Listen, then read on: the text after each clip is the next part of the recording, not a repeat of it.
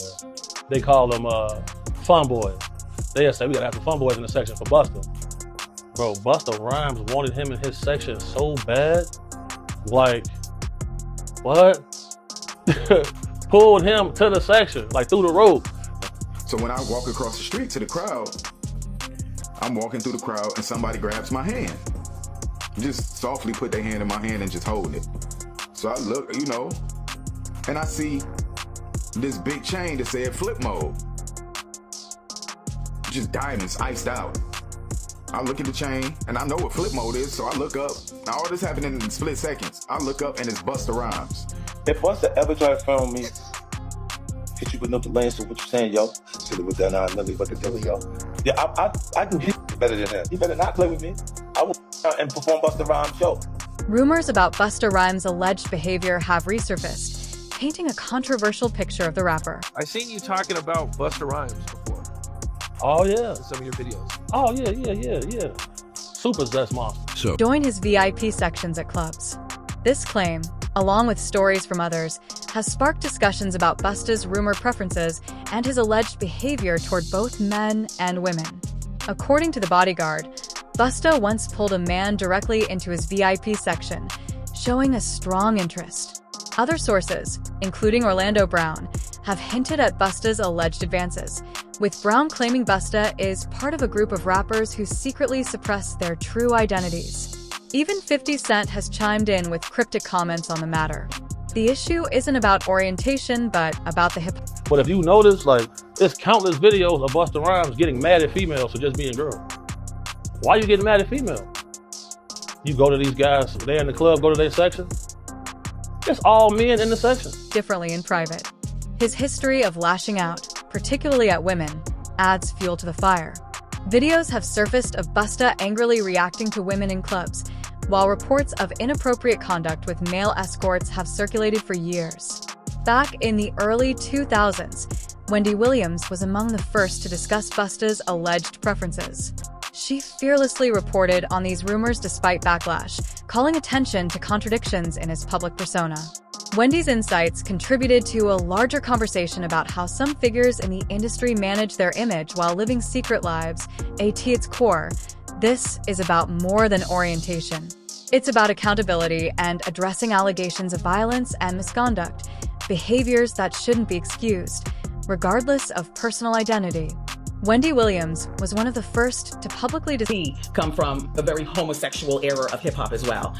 There was a radio personality once upon a time. Her name was Wendy Williams, and she was practically burned at the stake for talking about such. And now it's all come full circle. There were many situations, none of which to talk about, but there were many situations back in the day in my career, and it's all coming full circle now. Where people shared scandalous stories about celebrities. One infamous caller claimed that Busta Rhymes punched him after an alleged intimate encounter at a New York club. Busta reportedly worked hard to get the recording of this claim scrubbed from the internet, but Wendy's longtime fans still remember the episode vividly. Wendy also exposed Diddy's rumored behavior. She allegedly had a photo of him with another man, which reportedly led Diddy to pressure Hot 97 to fire her. He allegedly threatened the station, saying no artists connected to him would work with them. Shortly after, Wendy relocated to Philadelphia to continue her career. Jaguar Wright, a singer and outspoken industry critic, recently highlighted Wendy's bravery in exposing these figures, crediting her as the first to shed light on the term homo thugs. As for Busta Rhymes, rumors about his friendship with Diddy have fueled speculation for years. Some claim they were close due to when she put out those pictures of the dude pulling his pants down and it looked like some gay act that was going on, he got on the phone. He said, let me tell you this. When I get back to New York City, if she's on the radio station, he's talking to a radio executive. He said the same thing. He said, nobody that I deal with, nobody that I know is going to do anything with y'all. No business at all. It ain't gonna be no artist, no nothing gonna come. He's telling people that at a radio station. When we got back to New York City, Wendy Williams was in Philly at a new station. Wow. That's the power he had. and was sentenced to 3 years probation after pleading guilty. In 2009, he faced another lawsuit, this time for to Wendy Williams, the first woman to uncover the homo thugs. That's what these down low was called when Wendy first started talking about it in the 90s, the homo thug. She talking about Diddy. And then what's the stuff that's happening to Wendy Williams? Do you think this is all connection too? Of course. They've been waiting. He's been waiting. He was waiting for Kim. Remember? He was waiting. The casket was ready. She was literally casket ready. and unchecked aggression that have persisted for decades. There's a story going around about a man confronting Busta Rhymes, asking him, "What's your problem with me?" In response, Busta splashed him with a bottle of water, threw 2 more bottles at him, and then one of Busta's bodyguards punched the guy. Given all this, it's not surprising that Busta and Diddy have been friends for so many years. People say they've got similar reputations. This isn't new, though.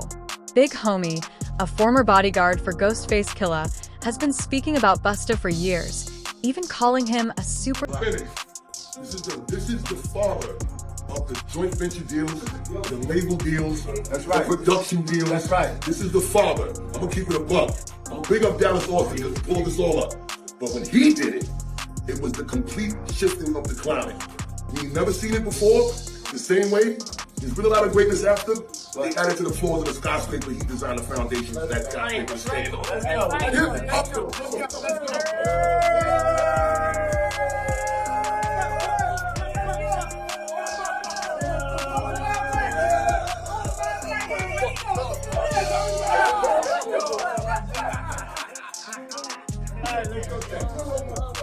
referred to as Fun Boys, to Busta's VIP section to keep him entertained.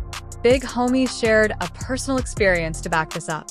He recalled being at a club with a group of friends, including a lawyer who happened to be openly gay.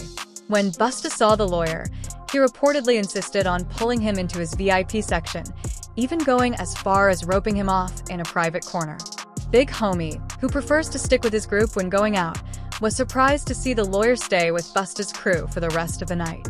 According to Big Homie, this kind of thing was an open secret in the industry.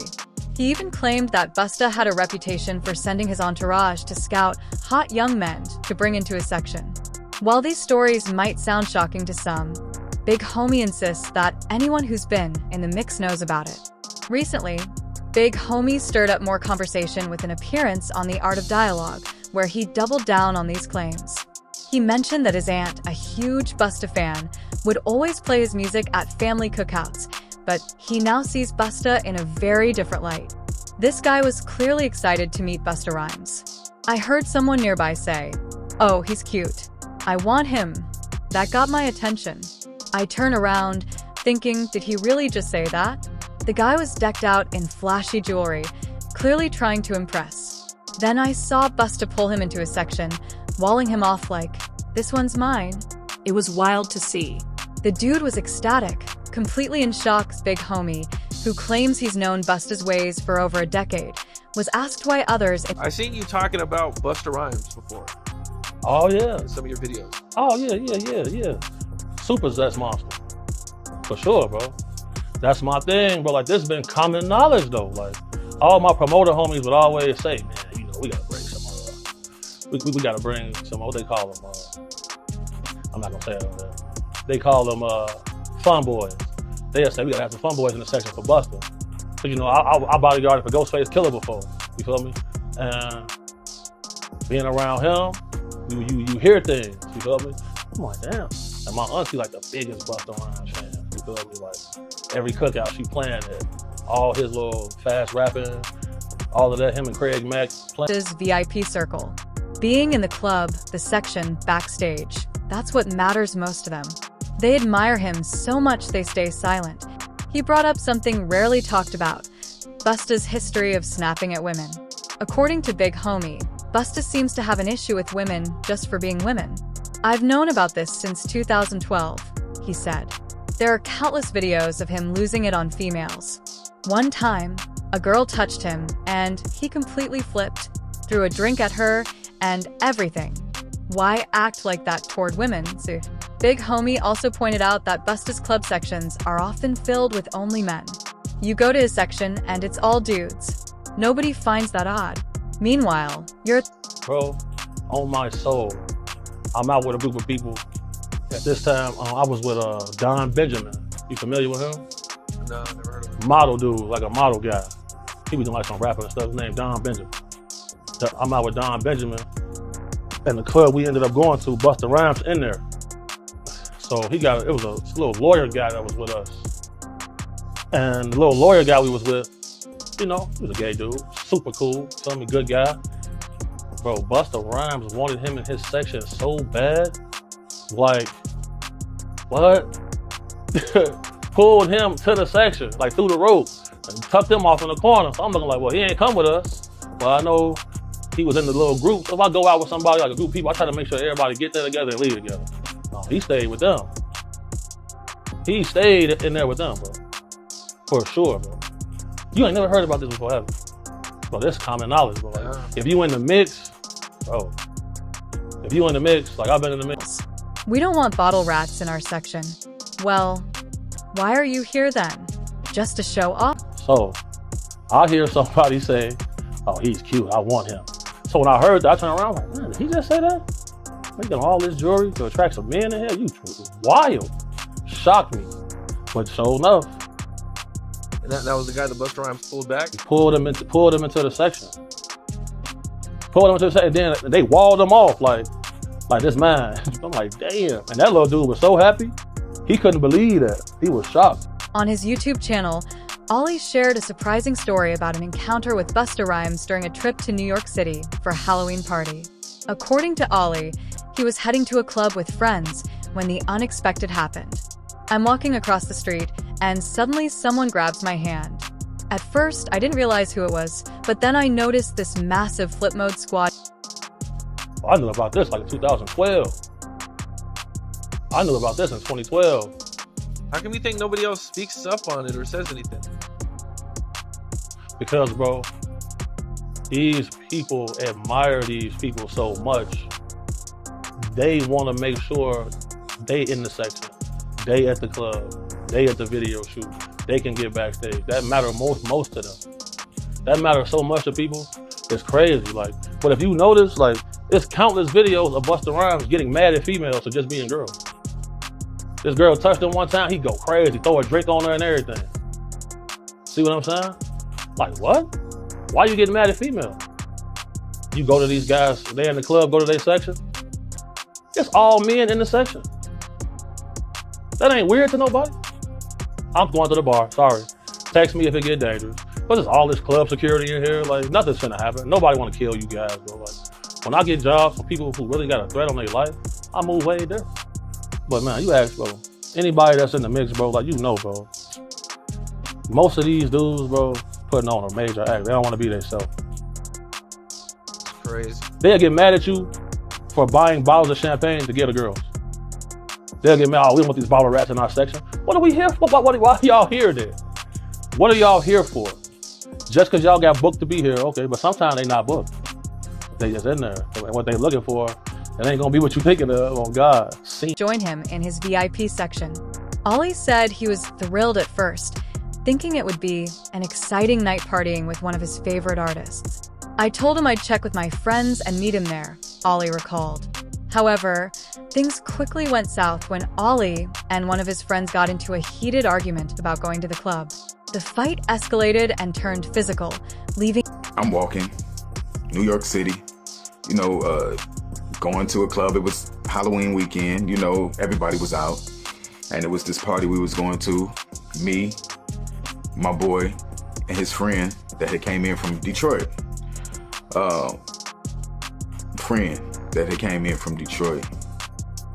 And I'm walking across the street and Busta Rhymes just grabbed my hand. And he holding my hand. Now, I ain't know it was Busta at first. You know, Busta Rhymes tall. I'm sure I came up to about right here. So the first thing I noticed was this big ass flip mode chain that was blinding me. So I look at the chain and I'm like, and I look up, I'm like, "Oh, what's up, Busta? What's up?" Now he holding my hand the whole time. I'm like, "What's up, man?" He like, "What you doing?" And I was like, "Oh, me and my people, we about to go to this club around the corner. What's up, man?" You know, and then I noticed throughout my peripheral vision, the side eye, this big bodyguard in black. Just standing there, you know, looking around, you know, looked at me, you know, still looking around. Meanwhile, Busta still got my hand in his hand. To the drama, Orlando Brown recently made waves online by alleging he had slept with several high-profile rappers, including Busta Rhymes and he says, you know, "I'm about to go in this club. You know, we got a section. You know, you can come in with me if you want." And I'm like, "Word, for real? Like, that's what's up?" Like, he was like, "Yeah." I was like, "Well, I gotta, you know, tell my people." I was like, I come in, you know what I'm saying? He was like, "Okay, just let me know, you know, tell them that you coming in there to meet with me and come on up." And I was like, "Bet." So, of course, I'm excited. You know what I'm saying? Busta Rhymes is one of my favorite artists. However, are they just sensational stories, or is there something more to them? Share your thoughts below, and stay tuned for more updates. When Orlando Brown first started making shocking claims about the music industry, most people brushed them off as more of his wild antics. But as serious allegations about powerful figures come to light, some are re-examining his stories and wondering if there's more truth to them than they initially thought. Could Orlando have been trying to reveal the darker side of the industry all along? Over the past few years, Orlando has gone viral for interviews where he made bold claims about Hollywood and the music world. In one interview, he hinted at disturbing behaviors by influential figures and even joked about Sean Diddy Combs, suggesting he experienced something inappropriate with him. Orlando said, "A lot of things happen that will break you. People lose their families, kids, everything. Record labels even take life insurance policies out on rappers because it's so dangerous to be one now." He also spoke cryptically about choices some artists face, saying, "You can willingly change who you are for money, or end up in trouble and have it forced on you. Either way, you didn't handle your blessing right." Orlando's remarks about Diddy resurfaced after allegations against the music mogul made headlines in November. Capone, a YouTuber, invited Orlando back to discuss his viral comments about Diddy, as well as a story from 50 Cent. In that story, 50 claimed Diddy once offered to take him shopping, a gesture 50 found suspicious, saying it felt like something you'd only do for a woman. When asked about Diddy, there's a lot of things that will make you buckle, bro. They make you buckle, bro. And people done lost their families, bro. People done lost their kids, and a lot of stuff that happened. The record labels are taking life insurance policies out on rappers. Mainly because it's more dangerous for rappers nowadays. I mean, this is a touchy subject. I just, you know, I'll give you this. You can willingly turn woman and have a bag, or you can do what I'm doing. You can willingly turn trans, or you can get in trouble and go to jail and get stuck, and they do it to you forcefully because you and you didn't know what to do with your blessing. back then, some believe Orlando Brown's behavior reflects a strategy to protect himself while revealing information about the entertainment industry. Others argue that his mental health struggles don't necessarily discredit his claims, suggesting they could stem from trauma within the industry. To some, his outspoken nature might even serve as a coping mechanism or a quest for justice. Recently, Orlando stirred controversy again by claiming he had relationships with several men in the industry, dropping names like Busta Rhymes, Terrence Howard, and Usher. In an interview, Orlando said, "We made love." One of the big things that made its rounds all over the internet, went completely viral, was some things you had to say about Diddy. Oh, yeah. And there was also, shortly after that, there was an old video that was kind of going viral. And it was 50 Cent, and where he says he was at a party with Diddy. And he was mad at Diddy because Diddy offered to take him shopping. And he felt like that was only something like you would do for a female. And claiming his father's friends abused him. While many dismiss Orlando's statements as outlandish, some recent interviews show him speaking more clearly, leading fans to question if there's truth behind his claims. As these rumors circulate, 50 Cent couldn't resist poking fun at Busta Rhymes. Ahead of their performance at the Humor and Harmony Comedy Festival, 50 shared a photo of Busta in his iconic yellow outfit from the 1999 MTV Video Music Awards. Busta responded with a playful AI-generated image of 50, captioning it with, "The blessings don't stop." You made love. You made love. Who you made love with? Bow Wow, Busta Rhymes. You just told me you seen Busta in the airport too. That motherfucker shot out, he didn't know you. You smashed Drake? No, I never smashed. Oh, you made love to Drake. What's that name? Terrence Howard. Terrence Howard. Terrence Howard. Usher. Usher's a gusher. And why you not having no hoes? I'm telling you, bro. It's my dad's friends. My dad took his baddest friends on me. Who's your dad? Lucifer. Of male companions. One fan wrote, "There are too many stories about Busta mistreating men, and it's troubling to think about the rumors of him being abusive." Another added, "This has been talked about for years." The worst part is his rumored self-hate and aggression toward male escorts. What do you think about these allegations? Are Orlando Brown's claims worth considering, or are they just more shocking stories? Let us know your thoughts in the comments, and don't forget to check out the next video.